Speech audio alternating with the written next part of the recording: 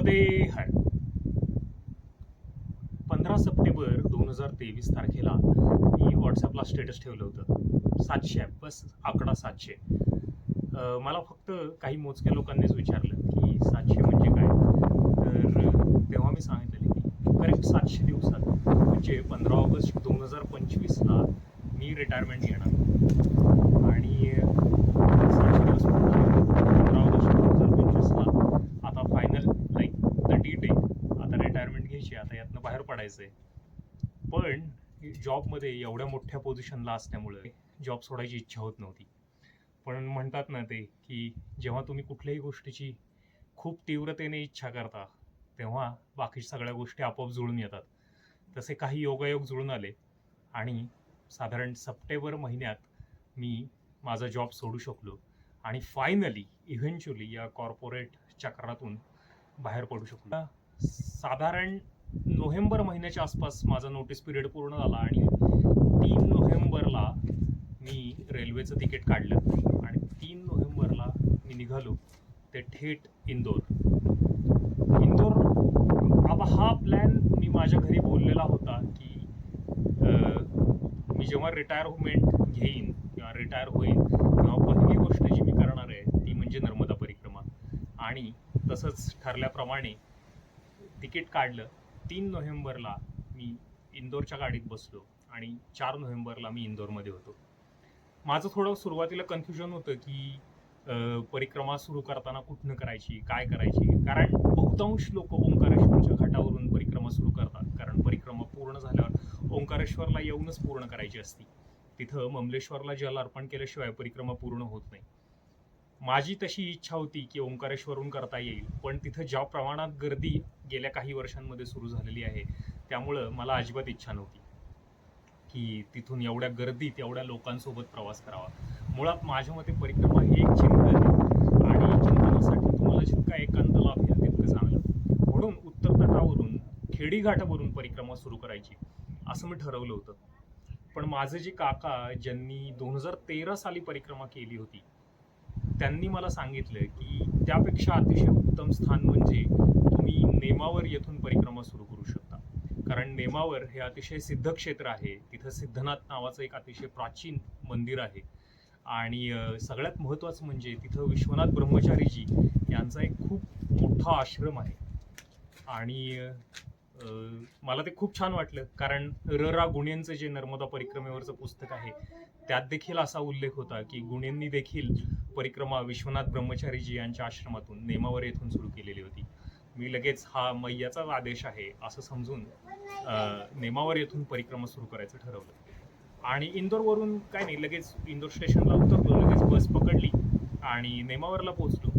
इतर मित्र छोटे मोठे अनुभव काही ना काही प्रवासात येतात ते होतेच, पण यावेळेला मुख्य म्हणजे काही टार्गेट नव्हतं, काही गडबड नव्हती, त्यामुळे हा प्रवास मी मनापासून एन्जॉय केला आणि नेमावरला पोहोचलो.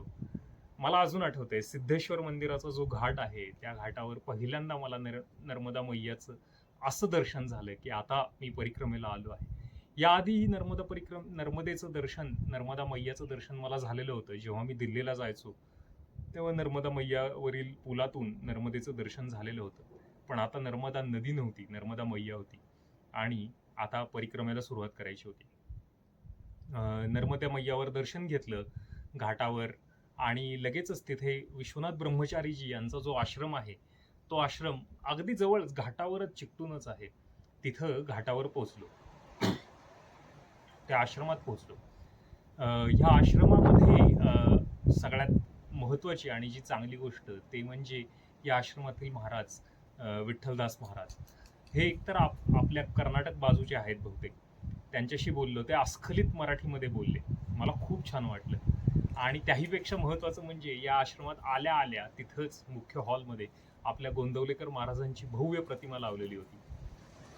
मी परिक्रमेला सुरुवात करायच्या आधी जेव्हा संकल्प केला होता त्याआधी साताऱ्यात गोंदवलेकर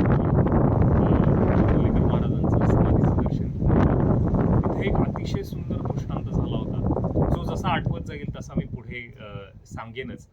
पण परत एकदा गोंदवलेकर महाराजांची प्रतिमा दिसली आणि त्यांचा आशीर्वाद मिळाला.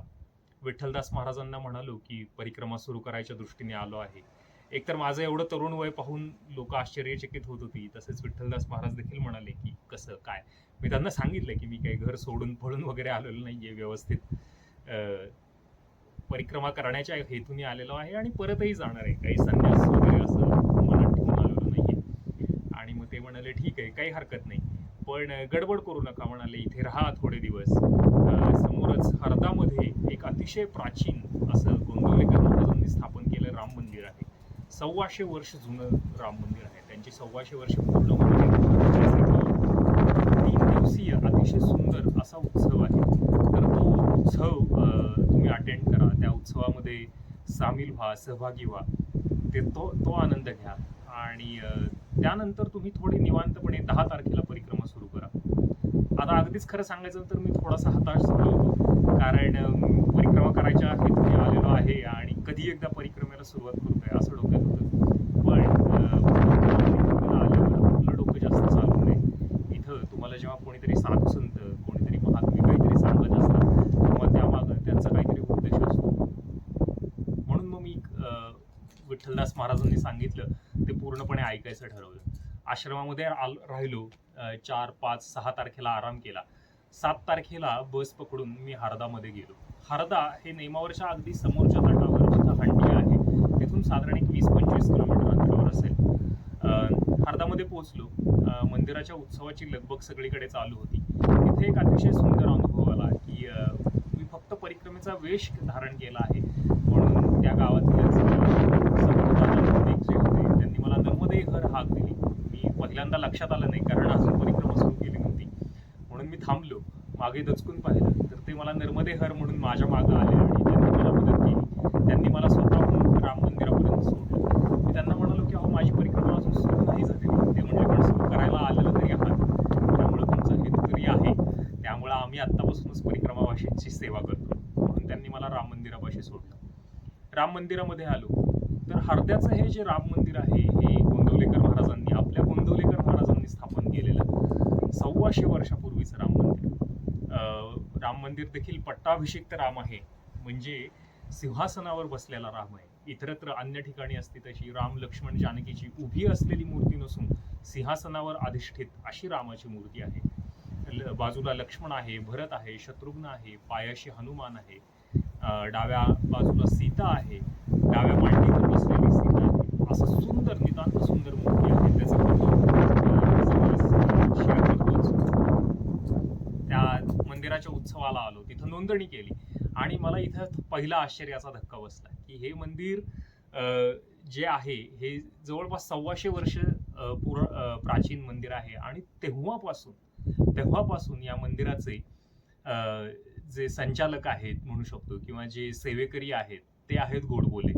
मला हा आश्चर्याचा धक्का होता. एकतर महाराष्ट्रापासून एवढ्या लांब मध्य प्रदेशमध्ये एक गोडबोले कुटुंब इतकं प्राचीन मंदिराची देखभाल करत आहे आणि 1 नव्हे 2 नव्हे तब्बल 4थी 5वी पिढी मंदिराचा कारभार सांभाळत आहे. आपलं वाटलं की आपण आपल्याच घरी परत आलो आहोत काय असं वाटलं. थोडंसं गोंदवलेकर महाराजांनी आशीर्वादच दिला काय की इथं सुद्धा सगळी आपलीच माणसं आहेत, असं काहीतरी गोंदवलेकर महाराज सांगू इच्छित काय असं मला वाटलं. तो खूप छान अनुभव होता. पुढे 3 दिवस मी तो उत्सव साजरा केला. उत्सवामध्ये सकाळी काकड आरती, दुपारचं भजन, आरत्या, संध्याकाळी परत सायं आरती, असा अतिशय रेलचेल असलेला कार्यक्रम. तिसऱ्या दिवशी प्रवचन. तिथे मला रामदास आचार्यजी जे जालन्याचे होते यांची गाठभेट झाली. त्यांनी मला अध्यात्म रामायण वाचायला सांगितलं. किंबहुना ते एक भारी वाक्य बोलले की अध्यात्म रामायण आणि भगवद्गीता ही 2च पुस्तकं पुरेशी आहेत.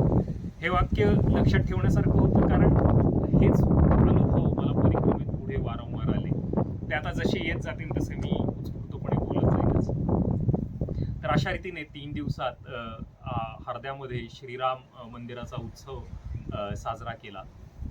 खूप निरतिशय आनंदाचा असा तो अनुभव होता. तेथील व्यवस्थापन म्हणजे अक्षरशः म्हणजे मी साताऱ्यात जाऊन आलो आहे, गोंदवल्याला जाऊन आलो आहे.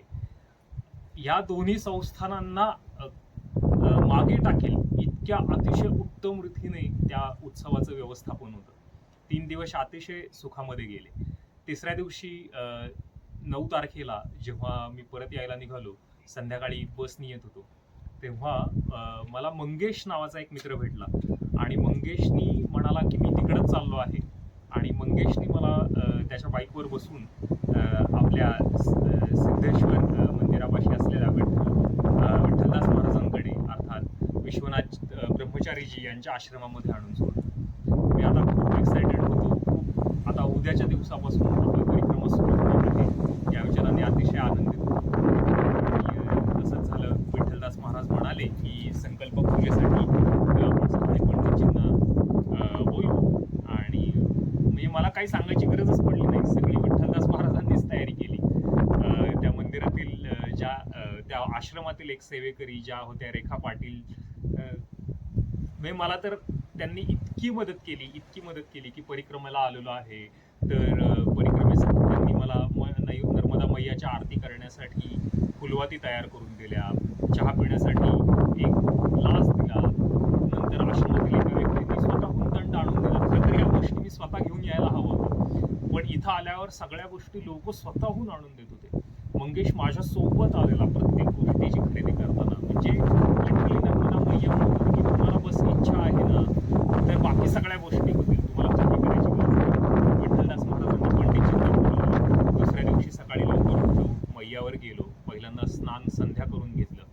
नंतर त्याआधी क्षौर करून घेतलेलं होतं. परिक्रमेला आल्यावर क्षौर करायचं असतं, म्हणजे तुमचे सर्व केस, दाढीचे केस वगैरे हटवायचे असतात, शेंडी ठेवायची असते, कारण पुढील 4 महिने तुम्ही काही केस वगैरे कापणार नसता, तुम्ही व्रतस्थ असता.